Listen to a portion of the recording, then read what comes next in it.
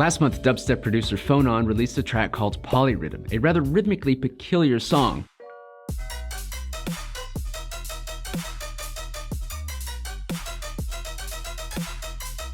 It quickly became a sensation on Twitter.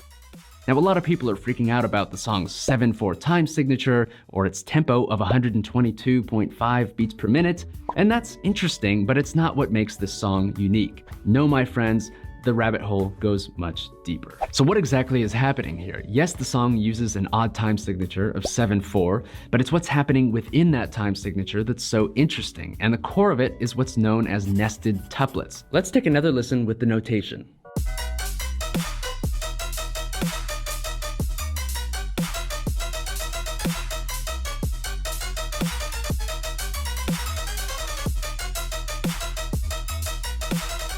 So if we had to play nested tuplets, how would we go about doing it? And I'm particularly interested in doing so accurately, because you could very easily kind of approximate and imitate these rhythms just by listening, but it would end up being sloppy. It doesn't sound good, and it's not reliable. So how can we execute these rhythms with a high degree of precision and consistency? So in order to play nested tuplets, first we have to develop the ability to play tuplets. Now, tuplets are irregular groupings of notes within a given period of musical time. So you might have 5 notes evenly spaced within a beat, 7 notes, or even 11 notes. And so anything that deviates from the standard subdivisions we normally see, like quarter notes, eighth notes, or 16th notes, would be considered tuplets. And sometimes tuplets happen inside of other tuplets, and this is what we mean by nested tuplets. Now I can make an entire video just on how to play tuplets, and I have, but the important thing to know right now is that the key is, first of all, hearing the right thing in your head, in other words, setting your internal metronome to the right settings, so to speak. And second, counting, because counting is the most effective way to train your internal metronome. Personally, I like to set a metronome to around 30 or 40 beats per minute and practice all odd subdivisions between 1 and 19 notes.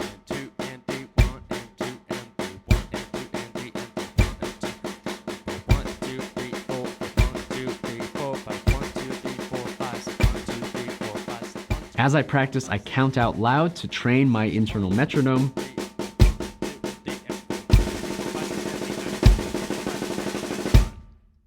Now, the other skill we need in order to play nested tuplets is the ability to evenly space notes within irregular periods of time. So unlike our previous tuplet examples where we're fitting notes into a quarter note pulse, we now want to try squeezing notes into other pulses, like say a dotted eighth note or 3/4 of a beat. So to demonstrate this, I'm going to hit every third 16th note. I'm just going to play in 4/4, but I'm going to set up these accent points.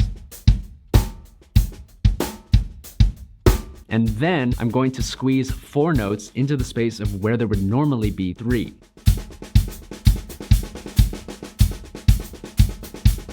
So what I'm focused on internally are these accents as well as the quarter note pulse underneath that.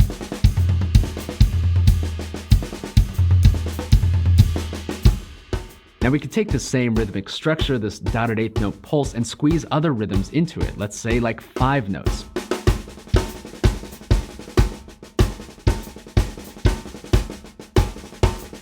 You can take this concept even further. Let's say we're playing in 4/4, but we're gonna accent every 5th, 16th note. And we're gonna squeeze rhythms into that. We could even make a beat out of it that creates the illusion of a slower tempo than what I'm actually hearing as the tempo in my head.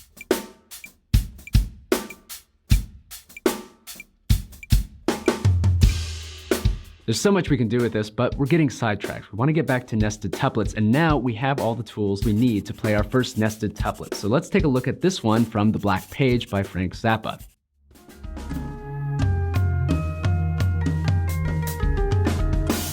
It looks intimidating, but let's break it down. So this first part is actually quite easy. These are just normal triplets.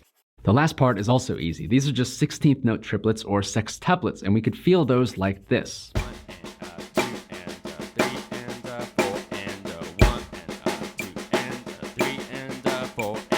The very last bit is this 5-note grouping, and you can pretty easily just squeeze that into the space of 4 using the techniques we've already spoken about.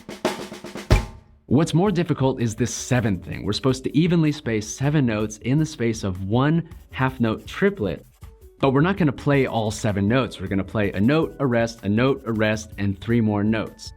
So it's going to be helpful to figure out what other note rates are similar to this as a point of reference. So we know that we can fit 1 half note triplet or 2 quarter note triplets in this space. We can also fit 4 eighth note triplets or 8 16th note triplets. Okay, so I get that the 8 and the 7 are very similar, but then why do they look so different in the notation? Why are the 8s reflected as 16th note triplets, but the 7s are only 8th notes? Shouldn't the 7s be 16th notes too? Good question, and it has to do with the rules for when you add a new beam.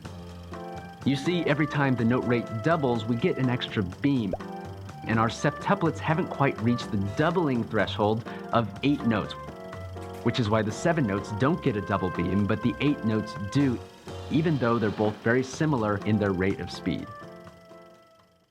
Now we can use this similarity as a point of reference to make our lives easier, and in fact, a lot of times when people play this piece, they actually play this 7 thing as a version of triplets. They actually play the first 3 notes as 8th note triplets, and the last 3 as this 3 against 2 thing within the triplets. And so the way a lot of people play this would be actually more accurately notated like this. But what would it take to play these 7s accurately? Well, we would begin by finding our accents, the start and the end point of the 7s. And once we're comfortable with that, we would start squeezing 7 notes in between there. 2 and 3 and 4 and 1 and 2 and 3 and 4.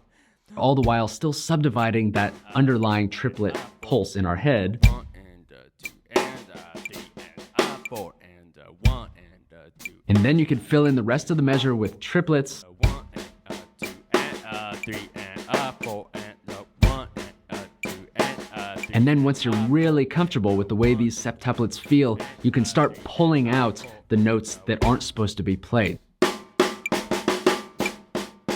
Then we can put it all together and play the rhythm that's written in this piece.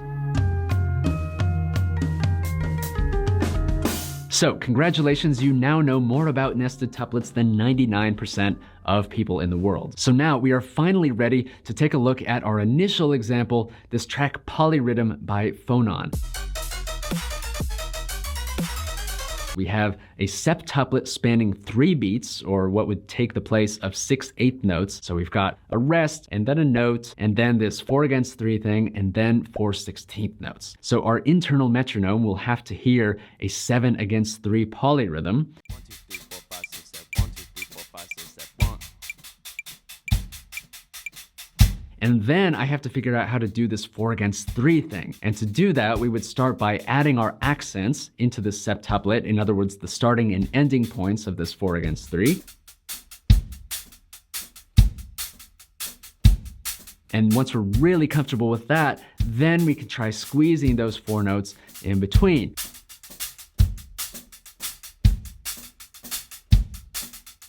And then finally, you can play the actual nested tuplet rhythm in the composition.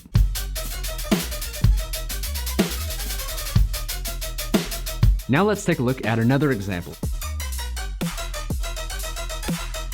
And what makes this one in particular so difficult is that it's spanning such a long period of time. 4 beats at the tempo of 122.5 beats per minute. It's around 2 seconds, which is really at the lower limit of what we can humanly perceive as a single pulse. Adam Neely has a great video about this, how basically the slowest tempo you can hear is around 33 beats per minute. In The Psychology of Time, Paul Fries notes that above 1800 milliseconds, subjective rhythmization becomes impossible, and successive sounds are not perceptually linked. 1800 milliseconds is roughly 33 beats per minute, which we can set as a slowest possible musical tempo. So not only are we dealing with these long odd numbers stretched over irregular periods of time against this polyrhythmic backdrop with the beat, it's also at the limit of what is biologically feasible to perceive as tuplets. So this one's going to be hard. It is theoretically possible to perceive this as 11 tuplets, and I was able to get a certain version of this up to speed to be able to play,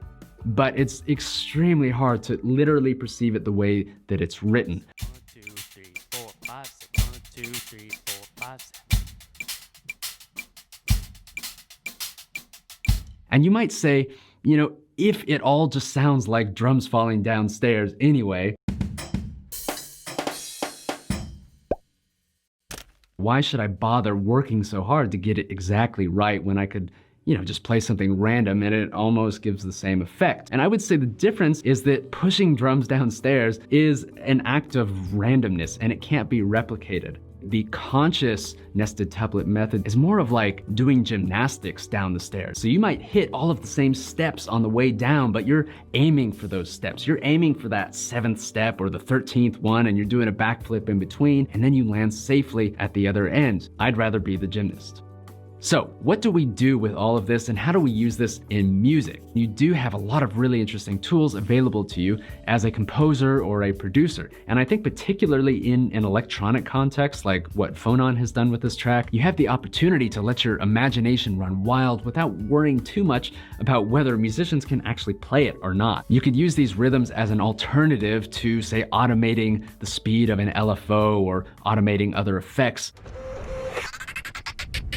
You could create a similar effect using just pure rhythm.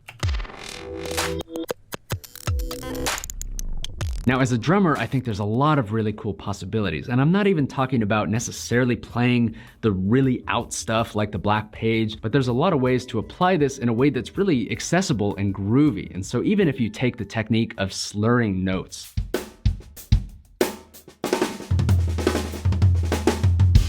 that is such a powerful and musical effect, and this technique is a great way to smooth things out and make it feel less mechanical.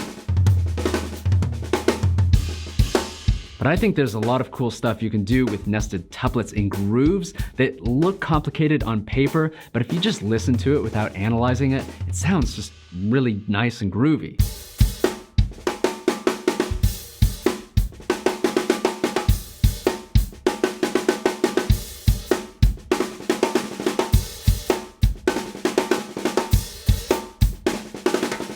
And actually what this polyriddim track reminds me of a lot is Zach Danziger, who is one of my favorite drummers, in one of his electronic projects where he's playing really whacked out rhythmic stuff that's not quantized, not to a grid. But the drums themselves are triggering the synthesizers and his laptop. And so no matter what he plays, the music will be in time with him. And so I think that these tuplets are a really interesting way to explore this kind of a world. But even if you don't want to play nested tuplets in music, I think the study of them is so valuable that it's worth doing anyway, because the skills you build are the same skills you need to be a great musician, to play notes in time and to learn how to think about things and analyze things. And so I think there's an inherent value in studying something just for the sake of doing it, just to see what happens and just for the learning experience. So to finish this video, I want to share with you this performance that I recorded of polyriddim. It was not easy to learn. It was a major challenge, but I'm glad I did it. And there's so much we could talk about with this track, so many interesting rhythms we haven't touched on. If you do want to go deeper, I did make a video on my Patreon discussing all of this in great detail, how I learned this song and talking about all the weird rhythms in it. So you can check that out there. Please enjoy this performance of polyriddim. Polyriddim.